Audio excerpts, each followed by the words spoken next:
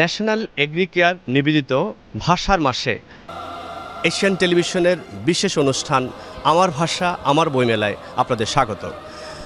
তারুণ্য নির্ভর এই বইমেলায় গণঅভ্যুত্থান পরবর্তীতে নতুন কিছুর নতুন স্বপ্নে আমরা এসেছি এই বইমেলায়। এবার আমরা কথা বলবো জ্ঞানকোষ প্রকাশনীর প্রকাশক ওয়াসি আহমেদের সঙ্গে।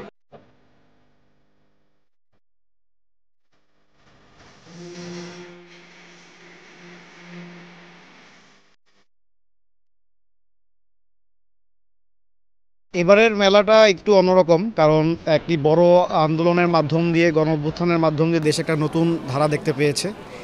তো সেটার পাশাপাশি আমাদের প্রকাশনা আমরা যেভাবে কাজ করি সাধারণত সেভাবেই কাজ করে ওইভাবেই কাজ করেছি। এবারও আমাদের নতুন নতুন বই, নতুন নতুন ধারার বই করেছি, কিন্তু এখন পর্যন্ত মেলার যে খুব ভালো একটা ফলাফল সেটা মনে হচ্ছে না। গত শনিবার থেকে একটু পাঠকের আনাগোনা দেখা যাচ্ছে, এর আগ পর্যন্ত অতটা মেলায় ভালো বেচাকেনা ছিল না। কিন্তু আশা করছি যে শনিবার থেকে যেহেতু একটা ভালো ফলাফল দেখা গেছে, সামনে আরও ভালো দিনগুলো ভালো সেল হবে, ভালো হবে। আমরা যারা প্রকাশক আছি, যারা আমরা অনেক অনেক বই করি, তারা আমরা একটা উৎসাহ পাবো যদি পাঠকরা আমাদের এখানে এসে তারা বই ক্রয় করে এবং বই তারা পড়ে। বই নির্বাচন করার ক্ষেত্রে সাধারণত এটা আমরা যারা প্রকাশক আছেন আমরা নিজেরাই করি। এটা আমাদের স্ক্রিপ্ট পড়া হয়, রিভিউ করা হয়, তারপর যদি মনে হয় যে এটা মানসম্মত একটা লেখা এবং এটা প্রকাশ করে পাঠক উপকৃত হবে, তখন আমরা এটা বাজারজাত করার পরিকল্পনা করি, প্রকাশ করার চিন্তা করি। তো এবং বই যখন আমরা কাজ শুরু করি তখন আমরা সম্পাদনার ক্ষেত্রে আমাদের সম্পাদনার লোক আছেন, তারা এটাকে এডিটিং করা, প্রুফরিডিং করা, গোছানো, এই কাজগুলো ওনারা করে থাকেন।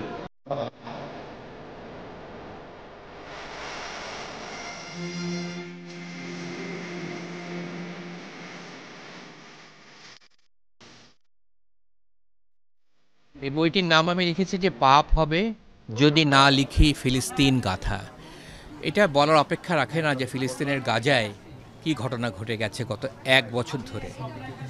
এখন যুদ্ধবিরতির পরেও আমরা দেখলাম নতুন নতুন মৃতদেহ আবিষ্কৃত হয়েছে। আমরা আগে জানতাম যে 42, 43 কি 46 হাজার মানুষ মারা গেছেন। আমরা সম্প্রতি জানলাম সেখানে 62,000-এরও বেশি মানুষ মারা গেছেন, যার অধিকাংশ শিশু এবং নারী। গত বছরে বিজ্ঞান প্রযুক্তি অনেক এগিয়েছে, পৃথিবীতে ফ্যাশন, মানুষের খাবারের নতুন নতুন আইটেম অনেক এগিয়েছে সব দিকে, কিন্তু সবচাইতে বেশি এগিয়েছে বোধহয় বিশ্ব মানবিকতার বিরুদ্ধে মানুষের যেই কর্মকাণ্ড, সেটা অর্থাৎ মানুষ হত্যা। একটা স্থানেই 62,000 মানুষ হত্যা করা হয়েছে। এই বিষয়টা আমার মনে হয় সবচেয়ে বড় ঘটনা এই গ্রহের গত বছরের জন্য, এবং এটাকে যদি আমরা লেখক হিসেবে স্পর্শ না করি, অ্যাড্রেস না করি, পাঠকের কাছে না নিয়ে যাই, তাহলে বোধহয় পাপ হবে।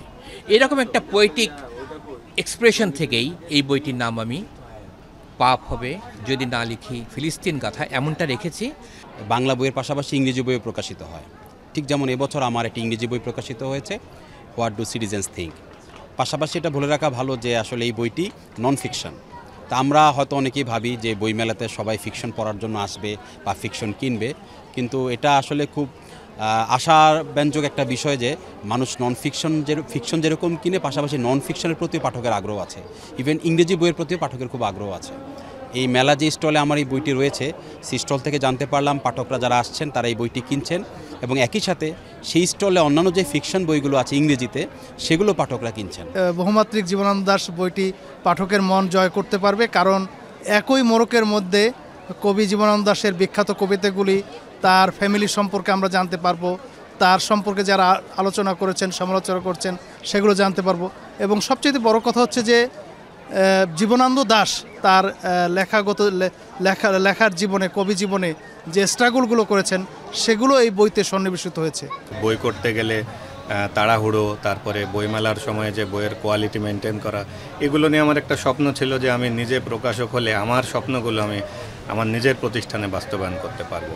সেই আশা থেকে আসলে প্রকাশনাতে আসা, এবং আমি আমাদের এই প্রকাশনার এই বইগুলোতে আমি সেই স্বপ্নগুলোকে প্রত্যেকটা বইতে, বইয়ের কোয়ালিটি থেকে শুরু করে ভালো ভালো বই সংগ্রহ, বিভিন্ন লেখকের ভালো বইগুলোর সমাহার ঘটাচ্ছি আমি।